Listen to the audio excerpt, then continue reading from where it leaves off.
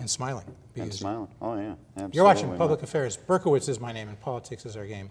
And we will be doing lots of politics and public policy this evening because we have as our guest Richard Hamen, who's running for state rep. He is running to represent the 57th district out in the northwest suburbs. He is running against the incumbent, who is Elaine Neckridge. She is an 8-year incumbent. She is the Democrat in the race.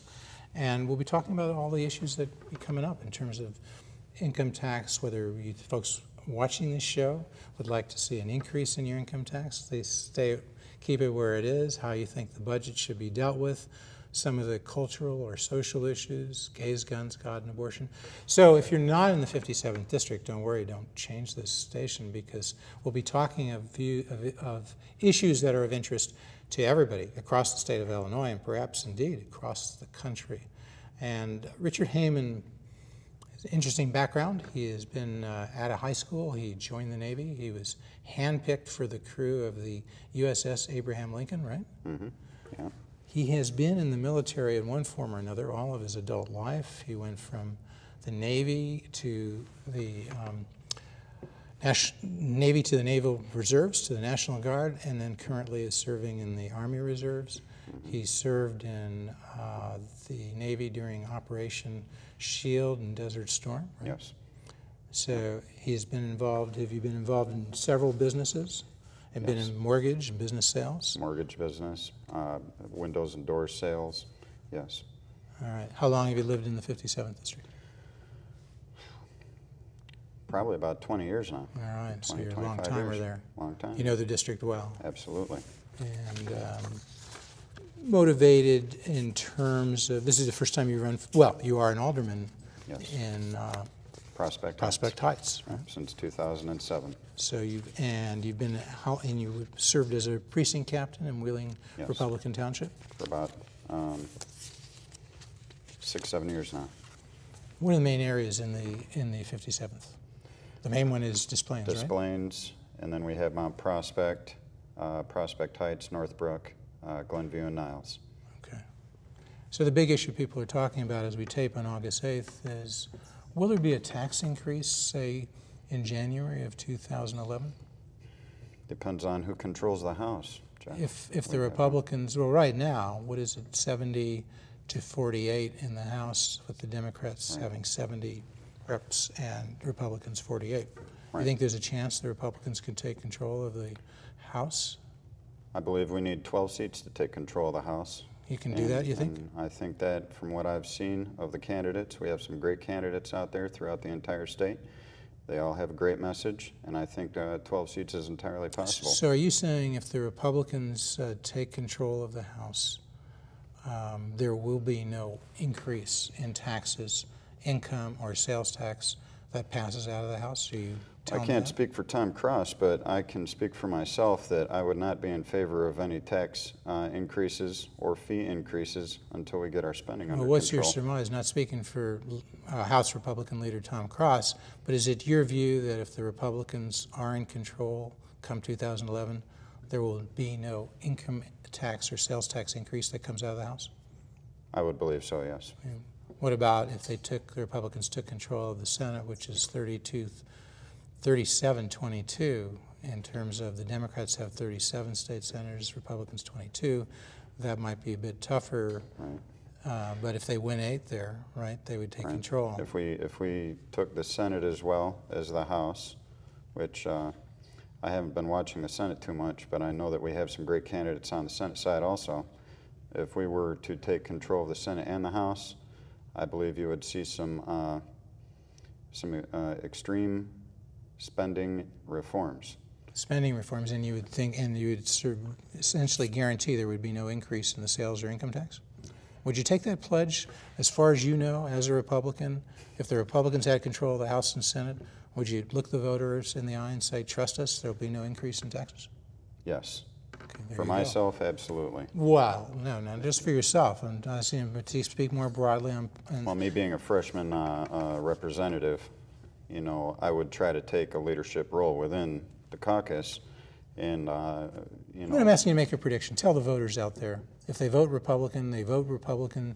Are you saying if you put a Republican majority in the House and the state Senate, you're not going to see an increase in taxes? Yes. There you go. We'll bring it back if that happens, and we'll see if that actually does. And do you think if the Democrats keep control at the House and Senate, there will be a tax increase coming out? I believe it is their stated intent to do so. Governor Quinn, I believe he wants an increase in the income tax. He calls it an education surcharge. Right. And he wants to increase the income tax now from 3% to 4%, right? Yes. That's Okay. about which my opponent also, Elaine Neckarts, also voted for that. And She voted for that in the House? Yes. In There was in 2008 or 2009, I believe, there was a bill. She wanted to raise personal income tax from 3 to 4.5 and business from 4.8 to 7.2. Wasn't that just this year, earlier this year in 2010 in the House? Because if she voted for it, it didn't pass the House. It did not pass. But you're saying she voted in favor of Yes. it. I believe that was last year. And it did vote. I think a income tax increase did pass the state Senate, right? I'm not sure. You're not sure. Okay. And of course, Bill Brady has said he's not in favor of an income tax increase or sales tax. The Republican nominee for governor. Yes. And you pointed out Democrat Pat Quinn says he is. Right. And you'd expect Bill Brady to veto. Maybe he said that he would veto any income tax increase that came out of the General Assembly, right? Bill Brady's a good man. You support Bill, of course, 100%, 1,000%. Absolutely. Anything you don't agree with on Bill? That's an important public policy issue. Not that I've seen so far. He's on abortion. Bill Brady is pro-life. He wouldn't allow abortions if he had his choice or his way, except if for the life of the mother, he wouldn't allow abortions in the cases of rape or incest. Incest, right. You agree with Bill on all of that?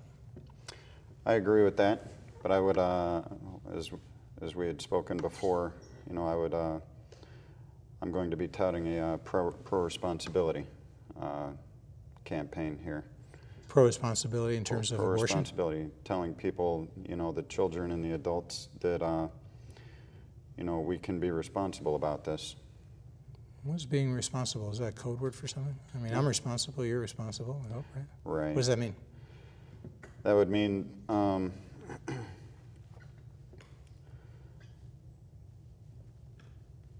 people know what's going on out there. You know, we know the right things to do and we know the wrong things to do. And all I'm saying is that do what's right for you. Be responsible about it. What does that mean? You mean in terms of abstinence? That could work as well, yes. In terms of using contraceptives? What does it mean? I would say abstinence first, absolutely. And if you get to a point in your life where you can decide what it is that you want, then you decide that. But for children, I would have to tout abstinence on that one, absolutely.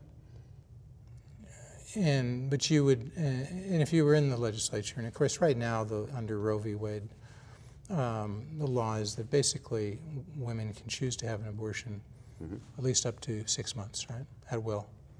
In terms of the late term, it's somewhat mixed. I mean, you've got a congressional ban on partial birth abortion, right, out of the U.S. Congress. Yes. But if it came up in the state legislature, and if you did have a majority, so you might be able to pass it, and the proposal was to not allow abortions in the state of Illinois. Assume just hypothetically that the Supreme Court had overruled Roe v. Wade and returned the issue to the state. It's now 2 or 3 or 4 years later, and you're now a fourth-year state rep. And so you and the General Assembly There's a lot with of your ifs colleagues, in that whole sentence there. There is. But if that all happened, would it be your preference if you were voting in the General Assembly?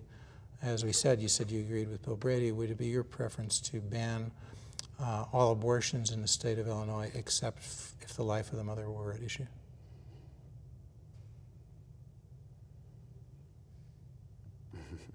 Yes. Yes, okay. So you really are pro-life? I am pro-life, but, you know, we have to understand that sometimes bad things happen to good people, okay? So in the environment that we find ourselves in, Jeff, we have to take a lot of those different things into consideration. For me personally, yes, I'm pro-life, but I can't be the daddy for everybody out there. When you say bad right? things happen to good people, Like in cases of rape and incest, sometimes you just make a bad choice. Well, right? Rape or incest wouldn't be the right. No, woman that's making a bad right. choice, right? No. But outside of that, sometimes you just make bad choice. Okay. Right. You mean a person engaged in sex, became pregnant, Yes. you're saying that would be a bad choice? And what's to be done about that? You're still saying that person shouldn't be allowed to have an abortion, right? If you had your choice, 4 years left? If it was my choice, I would ask them to weigh their choices carefully and possibly choose to carry that child to term. And if they decided that they couldn't parent that child, then they could give it up for adoption to a couple that would. I have friends that wish dearly that they could have children, and you know, unfortunately for them, they can't. But you know, they would be more than willing to adopt a child, and they would make great parents. And that sort of an opportunity would be an excellent thing for everybody. So you would do what you could to promote adoption, make it easier so that life is preserved? Absolutely. That would be right. All right, let's go. I mean, the big issue, though, we're taping this on August 8th, 2010. It is said that the big issue in this race is not going to be social issues, not going to be cultural issues. You agree? I agree. It's going to be jobs. It's going to be jobs, the economy, taxes, education. Okay. So let's go to there. Go to jobs. There's a $12 billion deficit in the state of Illinois. You agree? Yes. Quinn says he wants to raise taxes. Brady says he's not going to raise taxes. $12 billion.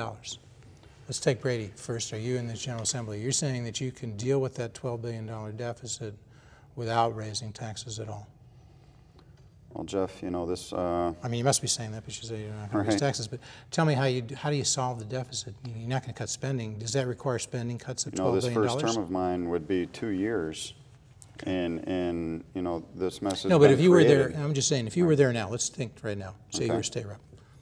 You agree there's a $12 million deficit now? Absolutely.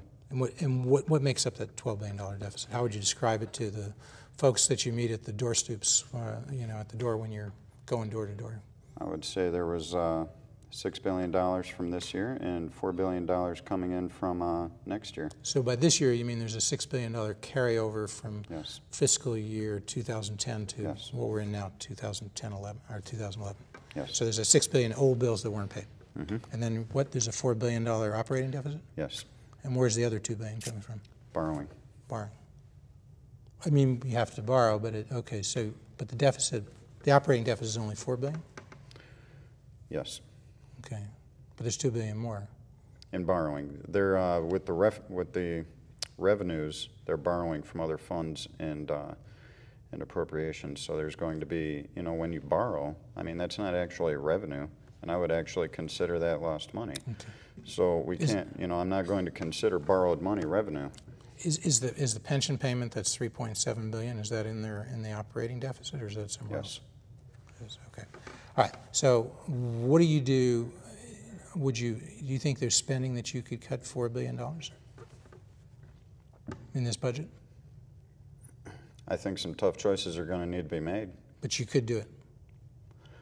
I'm not sure if we could be able to do it in 1 year. It might take 2 years. It might take so you might have to borrow to get you over that. You know, this took at least 8 years to get here. You know, so you might have to give me a year or two to work ourselves out of this situation. Would you consider supporting the sale of the lottery? Would that give the state $8 to $10 billion to get over the hump? You know, I wouldn't advocate selling the lottery at all. We've seen from the city of Chicago in their sale of assets, you know, for quick cash now, that they're actually losing in the long run, and I would not advocate that position at all for state assets like that, no. So how much do you think you could cut out of this budget? If it couldn't be $4 billion, how much?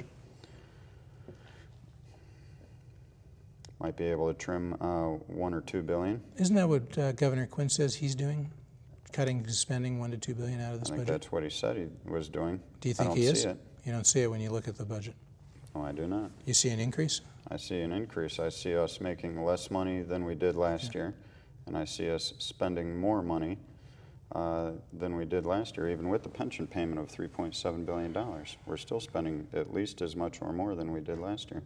Okay, we just say we'd like to have Governor Quinn on the set so he can talk directly to you folks about what he wants to do, and invited him and invited Bill Brady, the Republican nominee, State Senator Bill Brady, so he can speak directly to you. So we hope they'll be coming on. Next week we're scheduled to have Rich Whitney, who is running for governor, and the Green Party ticket. So find out That'll be an interesting conversation. All right, so where would you cut, if you cut $1 to $2 billion, would you cut in education? No, I don't believe we can afford to cut in education. I know a lot of teachers that are disappointed in students, that are also disappointed with the lack of funding for education. The state owes billions of dollars to the schools already, and for us to cut more out of education, you know. From the state contribution, you wouldn't cut that? Contribution, no. Would you increase the state contribution to education?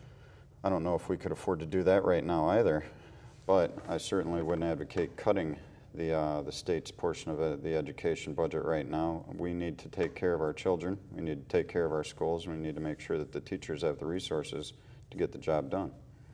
And the pensions for teachers, future teachers, they were cut by this General Assembly, right? Yes. And how did your opponent vote on that? She voted yes. She voted yes. And do you think Matter of fact, I believe she was a leader in that. And that saves money for the state in the future, right? Yes. Future employees. Doesn't save currently because it doesn't Right. affect current employees. Yes. How would you have voted on that? How would I have voted on it? You know, that bill was put together and passed in one day.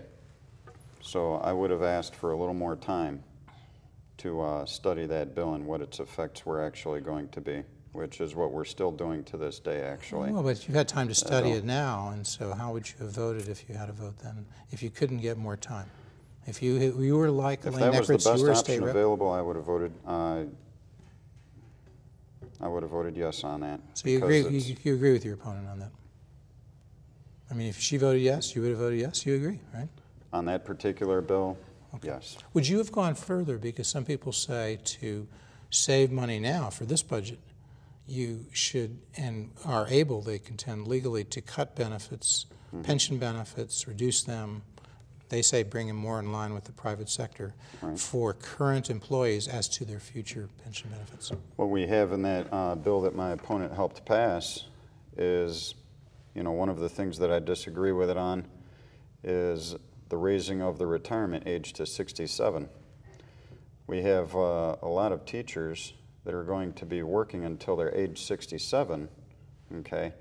And that's not a bad thing, asking them to work until they're age 67, but that also means that they're going to be making a lot more money at that point. So you're going to be having teachers, and this is one of the union's chief complaints about it, and I've spoken with the unions about this, is that you're going to be having teachers making $100,000, $150,000 in jobs and hanging on to those jobs in jobs that could be paying maybe $50,000 or $60,000. $150,000? Absolutely.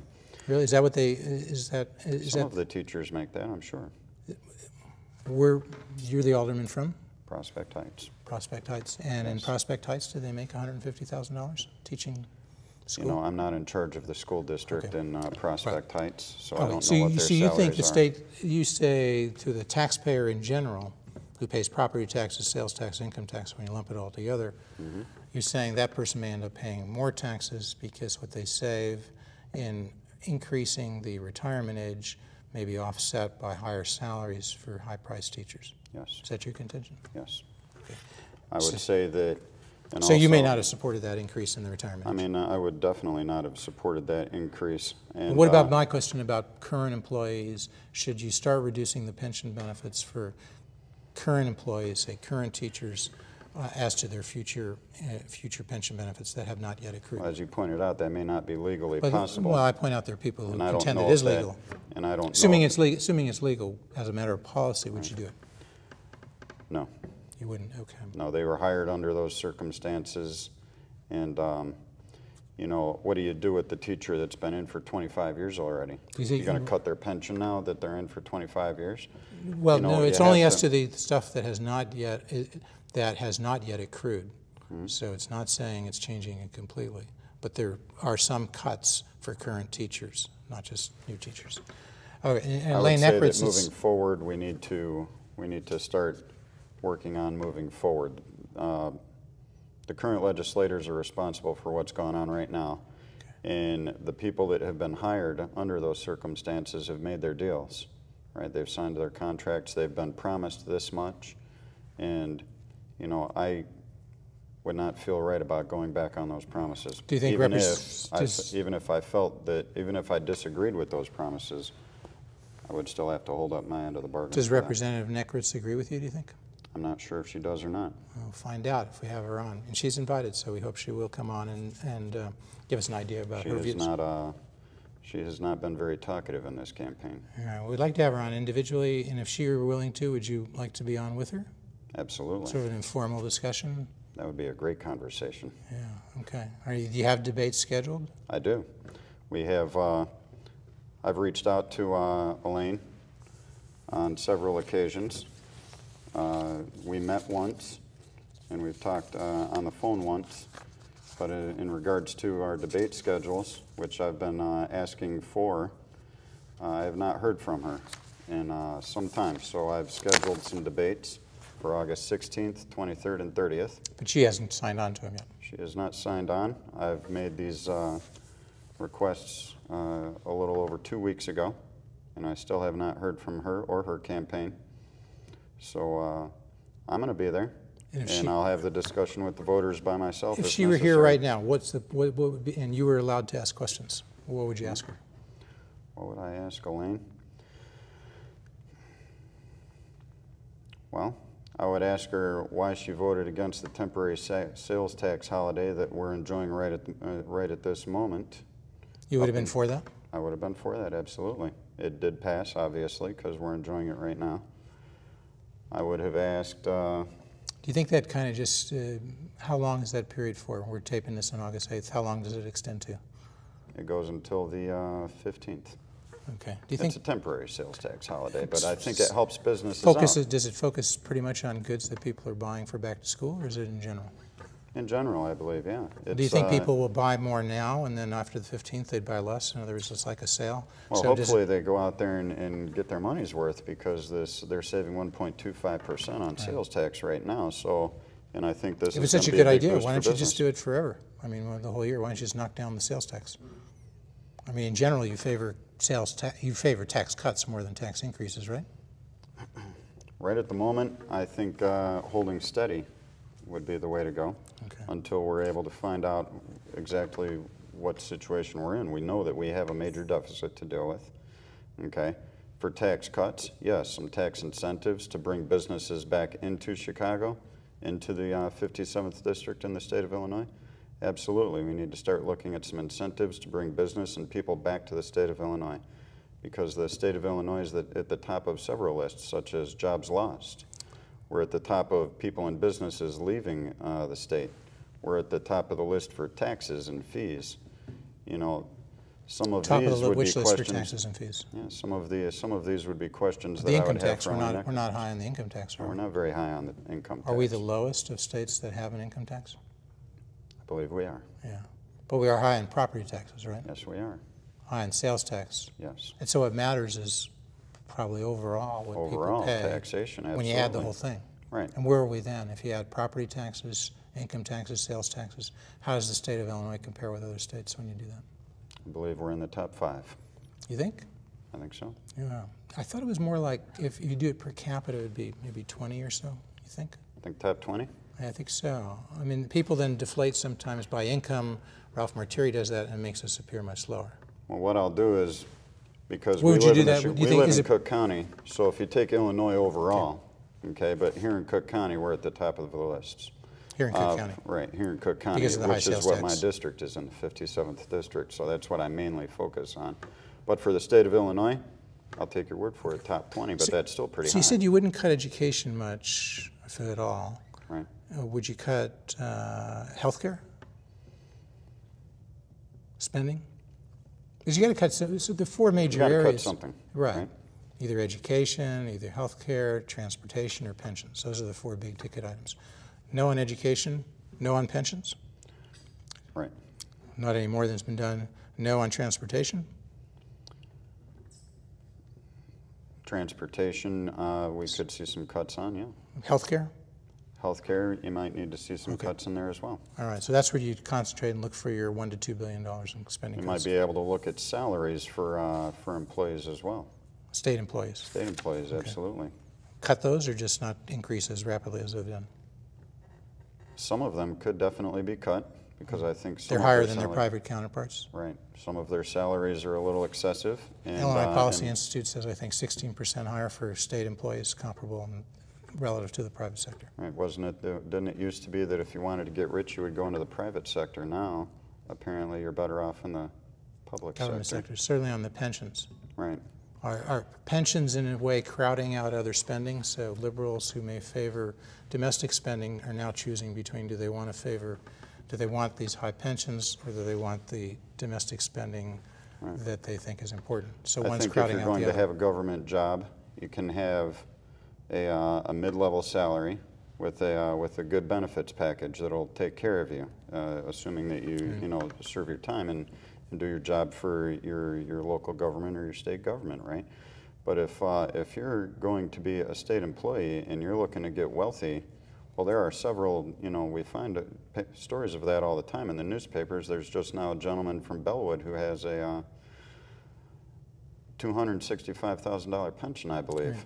And then out in California, you have police chiefs and stuff making $400,000 or $500,000. Right. So that's something to look at. Absolutely. We're going to continue to speak as the credits roll, but I very much want to thank our guest, Richard Hamen, who's running in the 57th District for state rep. He is the Republican candidate running against the 8-year incumbent Democrat, Elaine Neckritz.